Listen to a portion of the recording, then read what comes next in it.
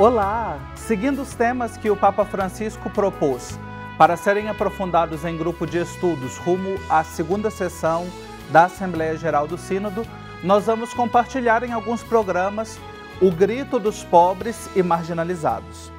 A escuta do grito dos pobres, como propõe o Papa, é dar atenção às pessoas, isto é, unidas pela experiência de serem vítimas de marginalização, exclusão, abuso ou opressão, mesmo na comunidade cristã. Para essas pessoas, receber uma escuta atenta é uma experiência profundamente transformadora de afirmação e reconhecimento de sua dignidade. E quem partilha com a gente a sua experiência de trabalho neste primeiro bloco é a irmã Solange de Fátima Damião, da Congregação Romana de São Domingos de Gusmão, atualmente exercendo a missão de superiora geral e que atuou bastante na pastoral do povo de rua aqui em Belo Horizonte.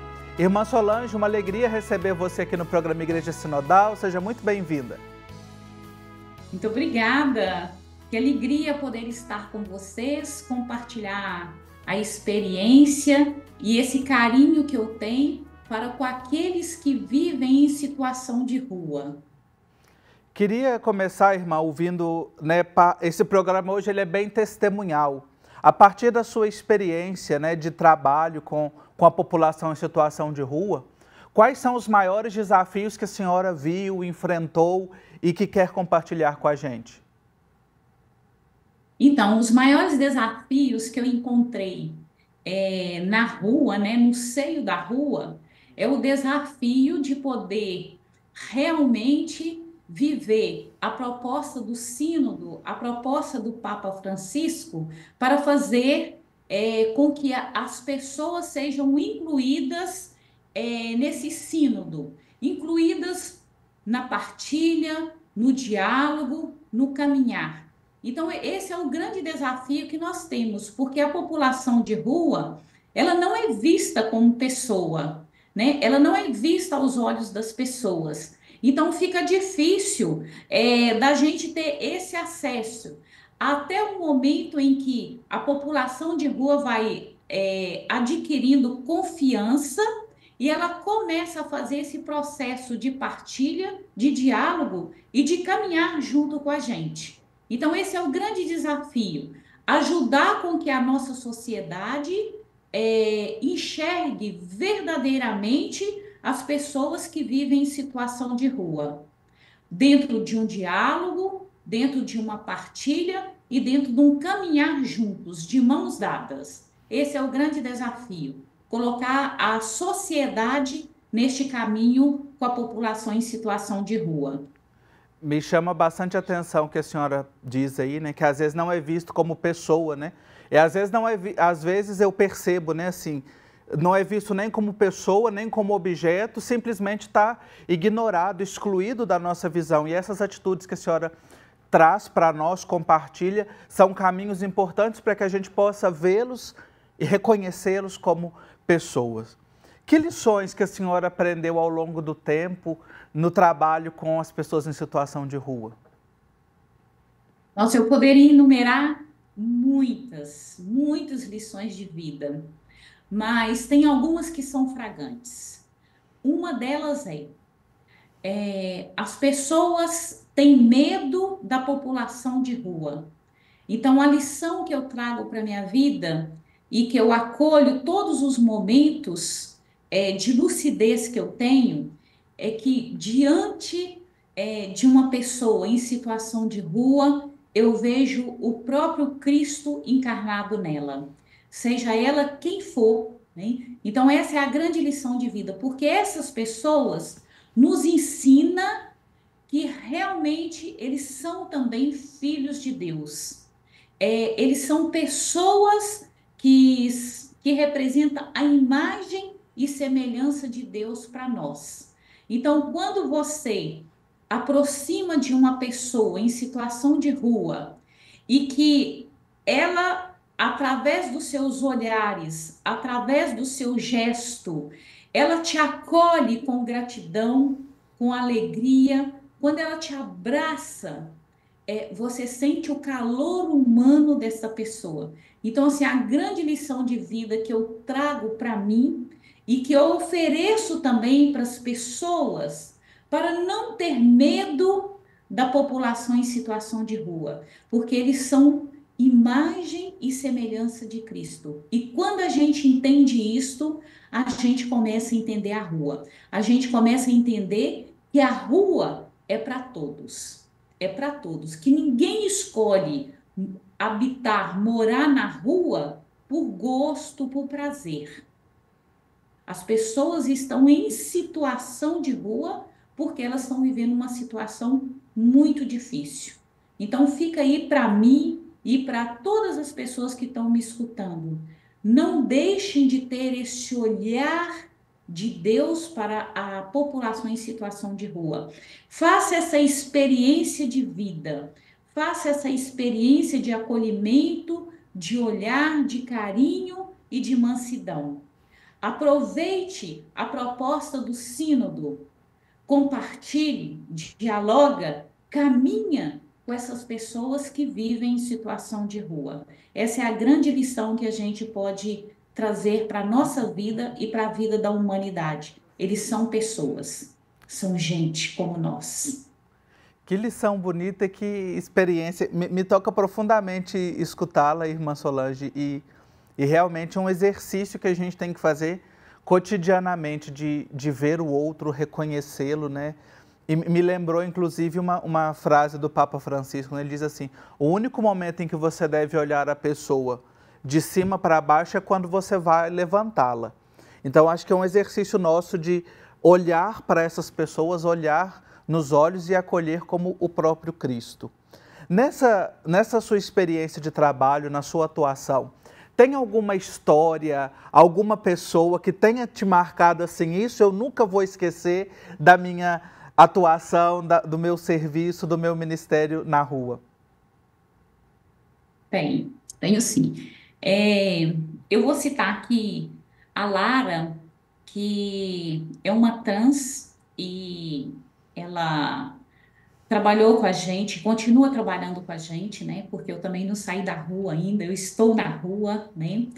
É, Lara, ela conquistou um espaço, né? Um trabalho, conquistou a sua casa, pelo projeto Moradia Primeiro, né?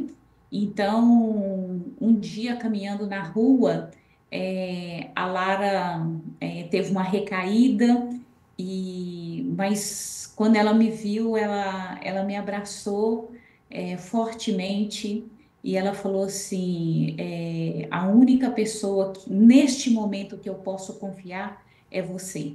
Então, quando você oferece a confiança para a população em situação de rua, isso te dá uma alegria muito grande, porque as pessoas vivem num isolamento, numa exclusão, num descaso tão grande, e quando essas pessoas têm uma recaída, quando a gente não é preparado, quando a gente não sabe acolher, nós também podemos ser as primeiras pessoas a rejeitar a pessoa que recai. Então, assim, a Lara, ela me provocou realmente, porque às vezes a gente fica um pouco enfesado, triste com eles, né? Mas a Lara me provocou uma profundidade muito grande. A única pessoa que eu tenho confiança nesse momento é você. Então, assim, poder oferecer a confiança à população em situação de rua é um grande presente de Deus que nós temos. Então, eu gostaria que as pessoas confiassem em mim, mas para isto, eu também preciso confiar no outro. Preciso confiar que ele é capaz de cair uma vez, de levantar, de cair a segunda, a terceira, mas de levantar porque tem alguém que confia nele, tem alguém que confia nela. Então, para mim, essa é uma grande lição. Quando a gente confia e quando a gente pode fazer confiança ao outro. Que maravilha, que bom ouvir seu testemunho, sua experiência, e acho que são os melhores ensinamentos que a gente tem para escutar o grito e o clamor dos pobres, como nos pede o Papa Francisco. E por isso eu quero agradecer a você, irmã Solange, Damião, da Congregação Romana de São Domingos de Gusmão, que partilhou neste primeiro bloco aqui um pouco da sua experiência, do seu trabalho junto à população em situação de rua, na Pastoral do Povo de Rua. Muito obrigado, irmã Solange. Muito obrigada a vocês e um abraço para todas as pessoas que estão ouvindo, assistindo essa emissão. Que vocês tenham esse olhar de Deus, este coração de Deus, as mãos de Deus e os pés de Deus para acolher a população de rua. Muito obrigada. Um abraço. E que bom a gente poder pensar diferente, olhar diferente e agir diferente a partir desses relatos, dessas experiências. Nós escutamos agora o relato da irmã Solange Damião e no próximo bloco, quem compartilha com a gente é o padre Wilson Gró, que é da Arquidiocese de Florianópolis, em Santa Catarina. Também vai compartilhar o seu testemunho de escuta do grito, do clamor dos pobres. Então fique aí, um intervalo bem rapidinho e já já a gente está de volta. Já estamos de volta com a Igreja Sinodal e continuamos a nossa conversa sobre escutar o grito dos pobres a partir dos testemunhos, das experiências de acolhida.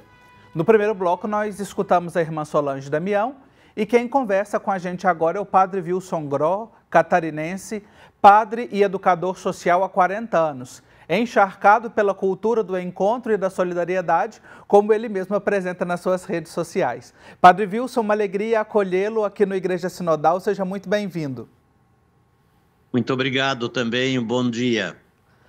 Padre Wilson, eu queria que o senhor partilhasse, eu conheci um pouco do seu trabalho, do instituto que o senhor desenvolve, como é que surgiu, de onde que nasceu este olhar cuidadoso e estas iniciativas que o senhor desenvolve aí em Santa Catarina? Olha, em relação à questão da minha opção de vida, nasceu nesse grande caminhar das comunidades eclesiais de base, e quando eu estava terminando a teologia em 79, com a questão da opção pelos pobres no documento de Puebla, e toda a questão cultural do nascimento dos movimentos sociais, das organizações populares, da força das comunidades eclesiais de base, pegando a dimensão do Concílio Vaticano II, depois 68, Medellín, 79, Puebla.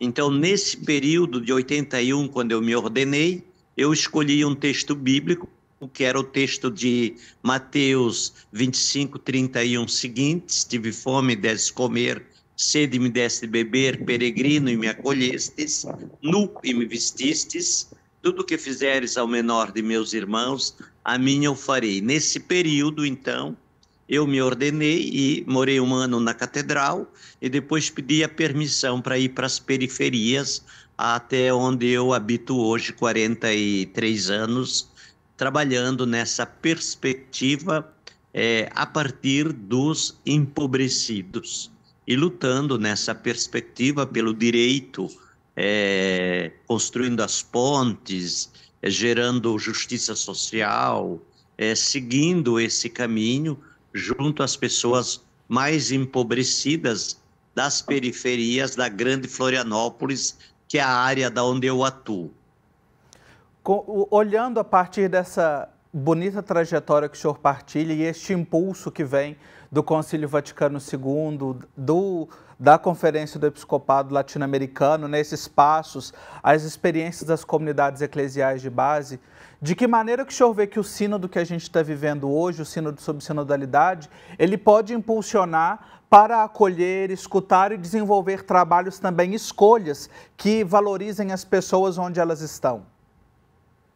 Eu creio que se a gente pega alguns documentos agora do Papa Francisco e a questão que ele coloca uma igreja em saída e a dimensão profunda da Evangelho Gaudium, a Laudato Si, a Laudato Deum e a Fratelli Tutti, esses documentos nos inspiram cada vez mais naquilo que o próprio Papa diz.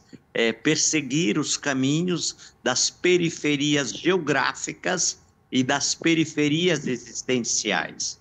Creio que o caminho da sinodalidade e de tornar a igreja cada vez mais laical e o mundo laico ser protagonista da vida da igreja e assumir essa perspectiva é um caminho fundamental para ir em encontro de questões cruciais, creio eu, frente à questão das crises climáticas e rediscutir aquilo que diz o próprio Papa Francisco, de uma grande conversão ecológica e da problemática hoje social, ecológica, olhar como pano de fundo esse grande grito da Mãe Terra e, ao mesmo tempo, dentro desse grande grito, o grito dos empobrecidos.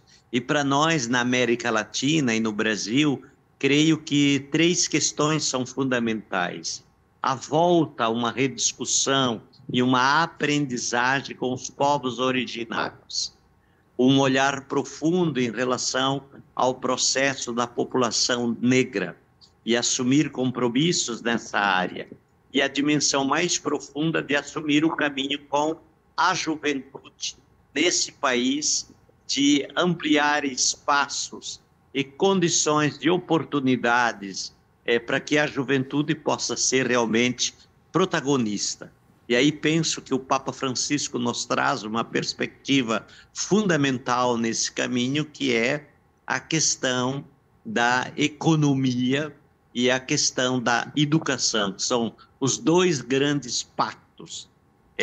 Repensar uma economia da vida, onde a centralidade, e realmar essa economia novamente, ampliando perspectivas para a juventude, ela é fundamental, não?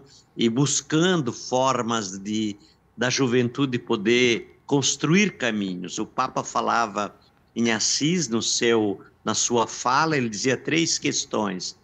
Uma nova economia só pode nascer a partir dos últimos, e abraçar esses últimos, construindo perspectiva de serem sujeitos protagonistas de projetos sociais, na perspectiva de Francisco de Assis, e também trabalhar na perspectiva de não trabalho precário, mas da produção do trabalho, e redimensionar a pesquisa das universidades na linha da economia, para uma economia não do mercado, não da visão que temos hoje financista, mas uma economia para a vida, não? Então, pensar nessa perspectiva é fundamental para a gente poder trabalhar ações concretas da sinodalidade, não? Uma igreja que dialoga com as questões estruturais, uma igreja que não tenha medo de trabalhar a relação fé e política, o bem comum, a justiça social, a solidariedade, compreendendo toda essa perspectiva do tecido social e de um caminho tão desigual no Brasil e no continente latino-americano.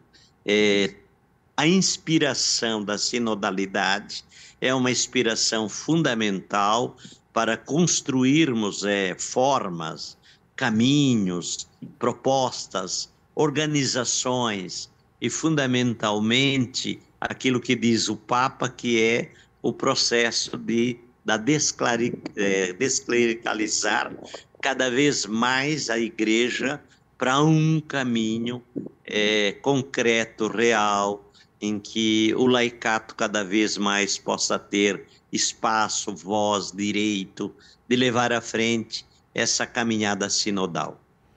Padre Wilson, nesses mais de 40 anos que o senhor encarnou esta inspiração bíblica e tem trabalhado arduamente, né, e a partir dessas escolhas, o que mais marca o senhor nesta escolha que o senhor fez? Alguma história, algum testemunho, algum trabalho especificamente? O que mais me marca nessa história, nessa caminhada toda, é em relação ao processo da juventude. Hoje nós temos um trabalho que trabalhamos com 6.000 crianças, jovens e adolescentes de 0 até 24 anos. Hoje temos jovens médicos formados fazendo residência no Sírio-Libanês, temos jovens formados fazendo doutorado, dando aulas em universidade. Então, abrir perspectiva a partir da periferia e gerar oportunidade para a juventude, especialmente a juventude negra, que é a juventude mais assassinada nesse país, é o que mais me marca. Perceber de que um jovem começa com uma caminhada e vai desde criança e chega a concluir uma universidade, inserir-se a um mercado de trabalho, gerar condições dentro desses processos, é uma dimensão muito bela, muito profunda, muito corajosa, de ampliar caminhos frente a toda a problemática da violência, a problemática do narcotráfico, porque quando o jovem faz uma faculdade dentro de uma área onde tem violência, tem narcotráfico, esse jovem se torna um grande sinal de luz. Então, caminhar nessa direção realmente é o que me marca. E o que me marca profundamente é o pontificado do Papa Francisco, porque ele traz de novo uma grande luz nessa visão, nessa concretude da igreja em saída, da centralidade novamente da palavra de Jesus e ao mesmo tempo a centralidade dos pobres e o grito da terra. Penso que aqui existe uma dimensão profunda que deveremos seguir passo a passo a cada dia. Padre Wilson Groh, muito obrigado pelo seu testemunho, primeiramente, pelo trabalho que o senhor desenvolve, por acolher o Evangelho e encarná-lo, e também pelo tempo que o senhor dispensou aqui para testemunhar com a gente no Igreja Sinodal. Muito obrigado. Muito obrigado, e não percamos a esperança, porque a esperança é a força do ressuscitado na prática do dia a dia, que nasce de descrucificar os crucificados, como diz John Sobrinho, e ampliar a cultura da ressurreição e da vida. Amém, que assim seja. Obrigado você que acompanhou comigo este programa e esses dois testemunhos da irmã Solange e do Padre Wilson Groh. No próximo programa nós vamos continuar escutando o clamor dos pobres e dos marginalizados, refletindo os pobres a partir da palavra de Deus. Eu espero você. Até lá.